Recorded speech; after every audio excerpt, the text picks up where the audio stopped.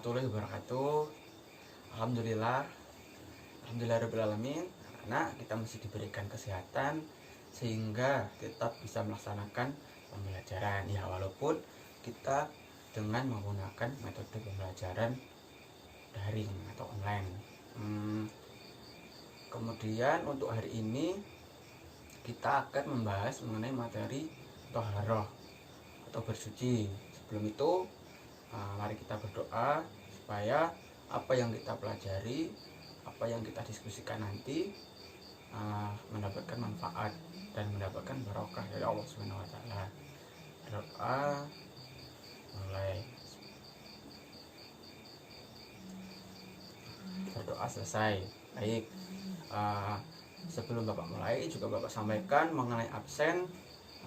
Anak-anak bisa menulis nomor absen kalian beserta nama kalian nanti melalui grup WhatsApp saja. Jadi absennya lewat grup WhatsApp. Baik, kita bentar. Sebelum itu Bapak sampaikan juga bahwa hari ini teman-teman anak-anak buat kelompok yang isinya satu kelompok 5 anak.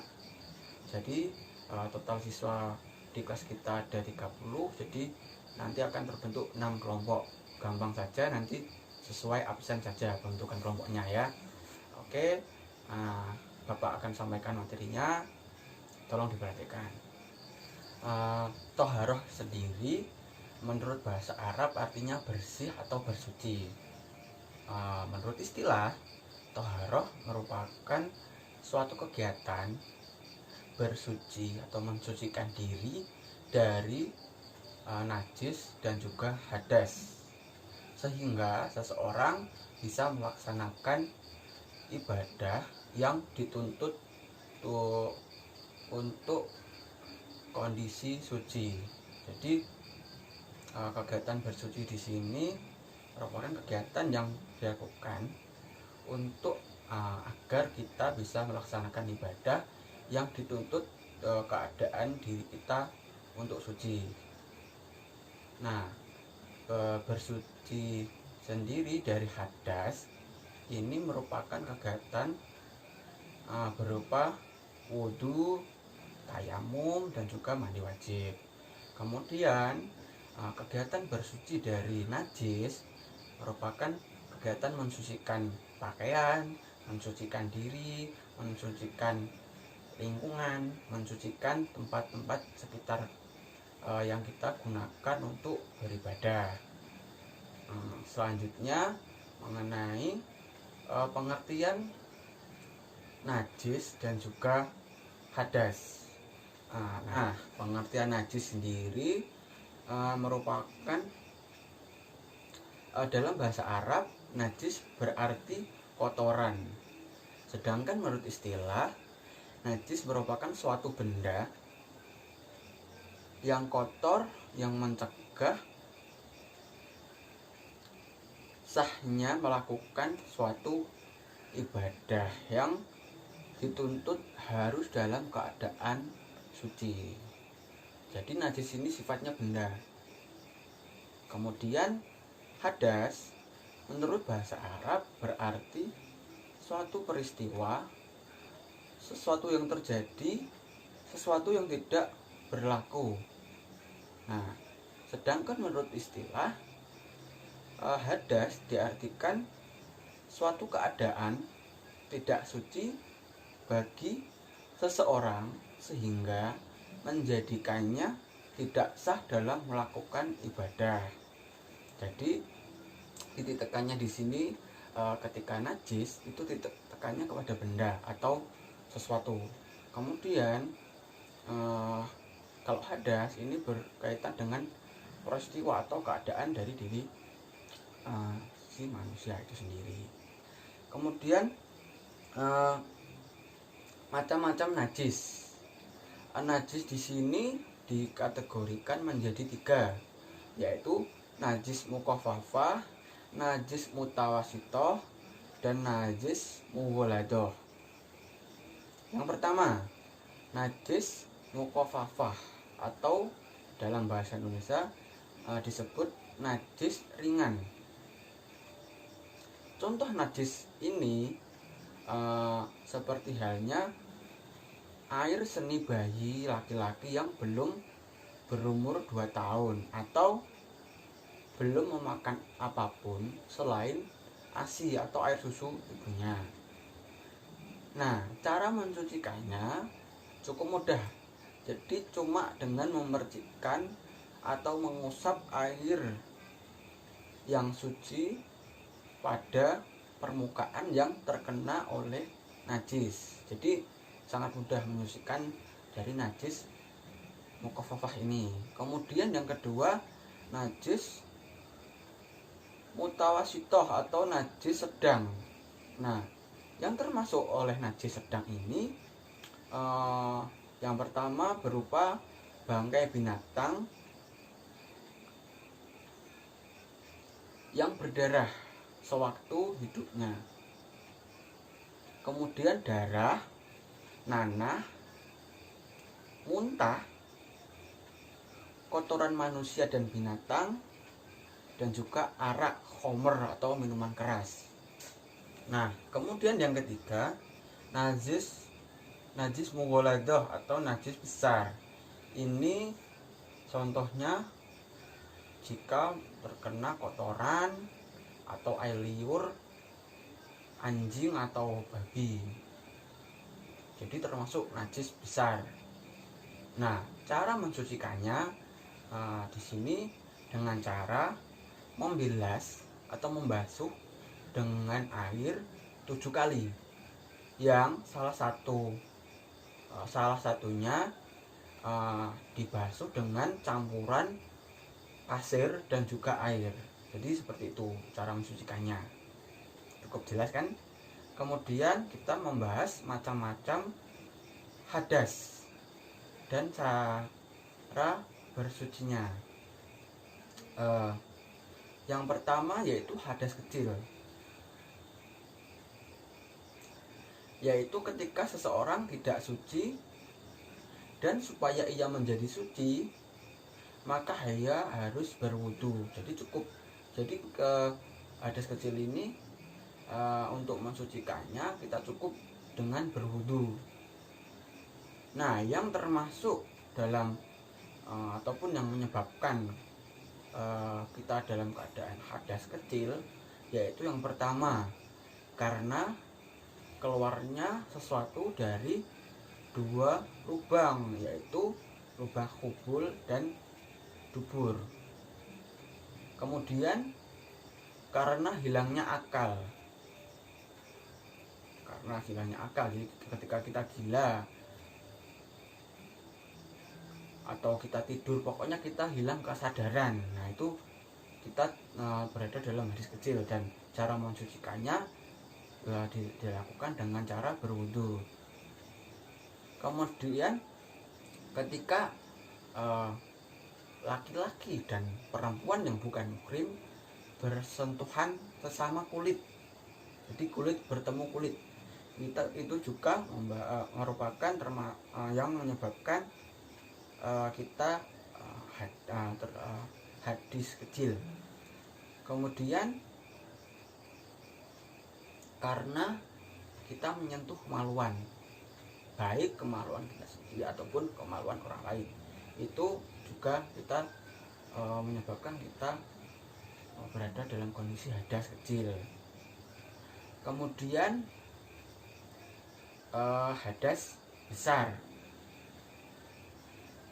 yaitu ketika seseorang tidak suci dan cara kita mensucikan diri kita yaitu dengan mandi wajib ataupun dengan tayamum ketika benar-benar sudah tidak ada air. Nah, yang keempat karena nifas, yaitu darah yang keluar setelah seorang ibu atau seorang wanita melahirkan. Yang kelima karena wiladah, yaitu darah yang keluar ketika melahirkan. Dan yang terakhir karena meninggal dunia, kecuali meninggal dunia dalam perang. Jadi kalau kita meninggal dunia dalam kondisi selain perang, kita wajib dimandikan. Makanya salah satu prosesi melaksanakan jenazah yaitu memandikan. Nah, ini fungsinya. Kemudian kita membahas alat-alat dan macam-macam air.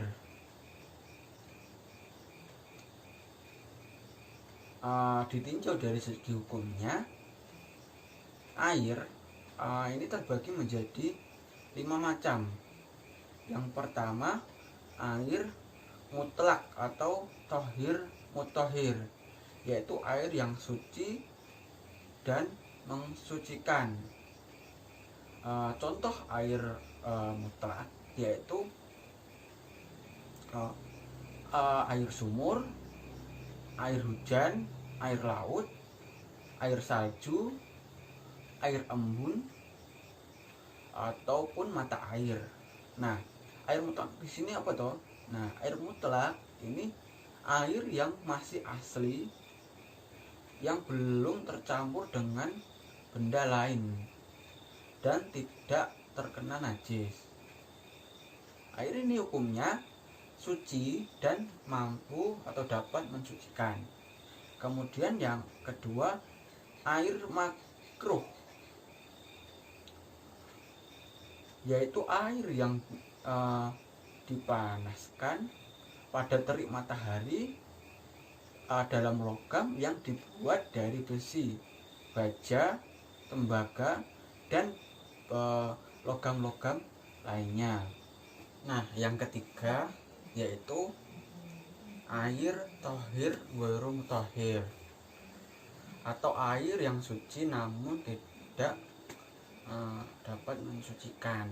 Di sini air ini memang hukumnya suci, namun seperti keterangan tadi bahwa air ini tidak dapat mensucikan kita.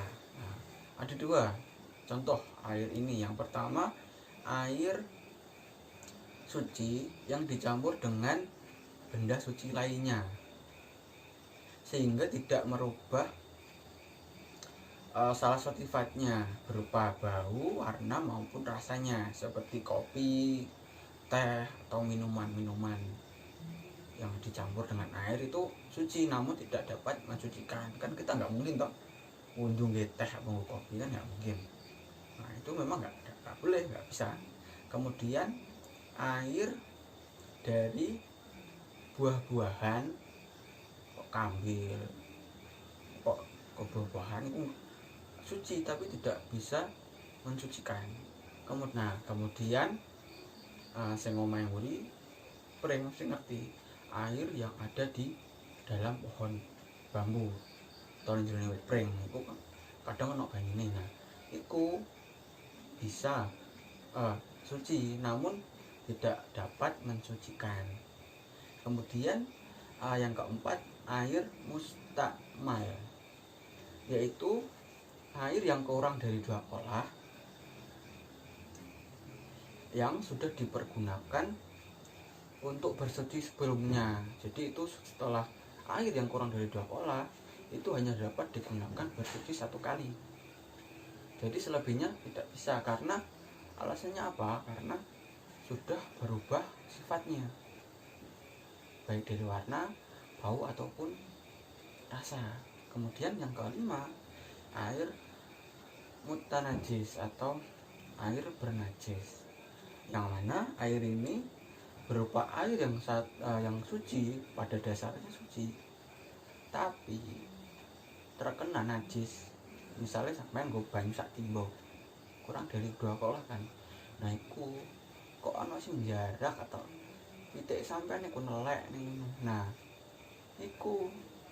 itu sudah termasuk najis karena sudah terkena najis tadi. Nah, dan itu sudah tidak bisa mensucikan. Baik. Kemudian yang terakhir, tata cara bersuci. Nah, tata cara bersuci ini ada 3. Yang pertama wudhu, yang kedua mandi wajib, yang ketiga tayamum. Jadi berwudhu itu dilakukan ketika kita berada dalam keadaan najis kecil. Jadi cukup dengan berwudhu kita akan suci. Namun ketika sedang dalam kondisi hadas besar seperti keluar air mani, berjima, ataupun meninggal, nah itu kita diwajibkan dengan cara mandi besar. Nah, yang tayamum ini tadi fungsinya apa? Karena memang Islam ditujukan atau ada ini untuk mempermudah umatnya, jadi tidak ingin mempersulit umatnya. Nah, ketika tidak ada air, nah, dengan cara tayamum ini caranya untuk bersuci. Namun tayamum ini tidak bisa dilakukan untuk 2 kali sholat. Jadi setiap 1 kali sholat wajib tayamum lagi, dan debu yang digunakan juga harus debu yang ada di tempat-tempat kiranya suci. Jadi enggak asal beduk air, jadi ada beduk khusus, ada debu khusus. Nah, saya kira Bapak kira cukup untuk materinya. Saya kira juga sudah cukup jelas. Kali ini seperti yang saya sampaikan di awal, tugas kalian yaitu nanti akan Bapak memberikan beberapa permasalahan. Nah, tugas kelompok, selesaikan permasalahan tersebut berdasarkan apa yang sudah kita pelajari. Jadi kalau bisa beserta hukumnya apa, alasannya bagaimana. Nah, itu didiskusikan kelompok. Jadi insya Allah nanti ada 5 permasalahan. Jadi setiap anak akan mendapatkan 1 permasalahan, ataupun bisa dilakukan secara bersama-sama. Jadi terserah pembagian kelompoknya nanti, kebijakan kelompoknya. Baik, Bapak kira cukup untuk materi hari ini. Alhamdulillah, semoga apa yang kita diskusikan, apa yang kita laksanakan mendapatkan barokah dan manfaat, dan ilmu kita akan menjadi ilmu yang bermanfaat. Bapak juga mengingatkan bahwa di masa pandemi ini tetap jaga kesehatan, kurangi keluar, dan kalau harus keluar tetap menggunakan masker dan tetap patuhi protokol kesehatan yang ada. Oke, Bapak akhiri, kurang lebihnya mohon maaf. Mungkin setelah ini kalau ada yang masih ditanyakan bisa melalui grup WhatsApp yang kita bentuk. Bapak akhiri. Assalamualaikum warahmatullahi wabarakatuh.